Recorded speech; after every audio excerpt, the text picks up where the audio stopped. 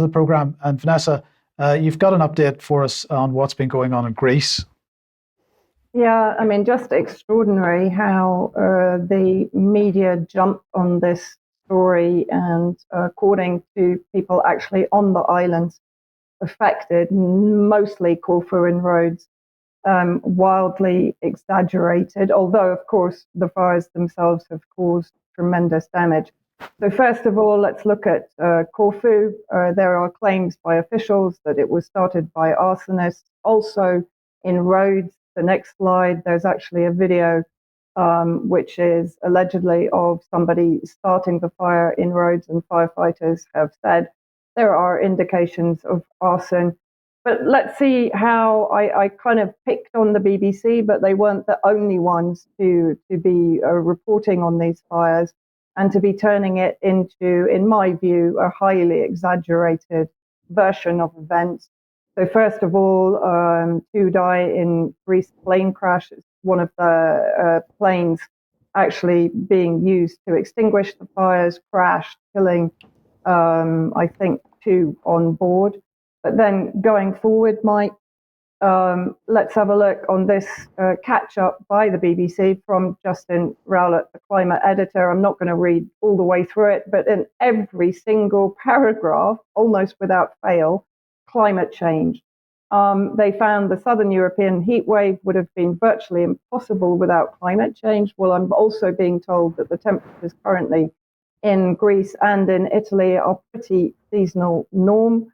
But as you see, he goes on for climate change. It's impossible in pre-industrial times. Now will become effectively fairly normal weather. Frightening indication of how the global climate is changing. Total scaremongering by the BBC, and it continues on their front page of their website. They mentioned that Corfu is the latest Greek island to evacuate over wildfires. Moving on, let's see what the Rhodes report says. Thousands forced to flee disaster film wildfires. Moving on, again with the BBC, of course, they front page platform the UN live global boiling. Here it says UN chief as July set to be the warmest ever. We were just talking before I came on about 1976 and the scorching temperatures back then. And this was actually, I picked up this because I follow a number of Greek activists on Facebook and various social media sites, but this was from the Corfu Tourist page. Note to the BBC News, BBC World Service, Corfu is not being evacuated as per your newsfeed in the UK. The areas affected were evacuated last night for the safety of the tourists. And as a lot of older people live in small villages and hamlets, there was a concern for the safety and respiratory issues due to the smoke. The fire has now been under control since around 8 a.m. this morning, as the first helicopters started dropping water just after 6:30 a.m., as can be seen in the video, which is on their Facebook page. Maybe someone from the newsroom should contact us, as we tagged many news stations into our video from last night. So I wonder if Mariana is keeping an eye on the Corfu Tourist page. And then this was sent to me by one of the Greek activists that I mentioned. His website, IMF Occupation Greece, gives a pretty good idea of what he's writing about. But many of the Greek academics were talking about the fact that these islands have been firebombed in order to make room for the establishment of wind farms that have been planned for some time. And this is from the blog article. In a recent speech in Parliament, PM Mitsotakis stated that we have 3,000 wind farms set up and we need to double it to 7,000.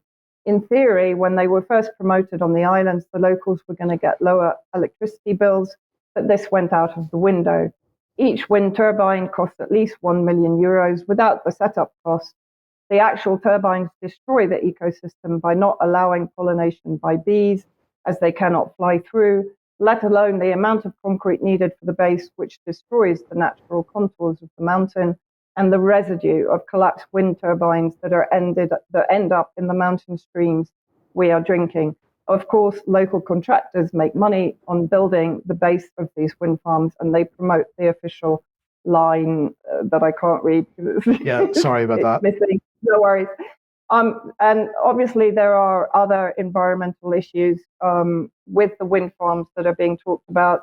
Also interesting that the Greek activists themselves are not allowing authorities and officials onto the burned out land.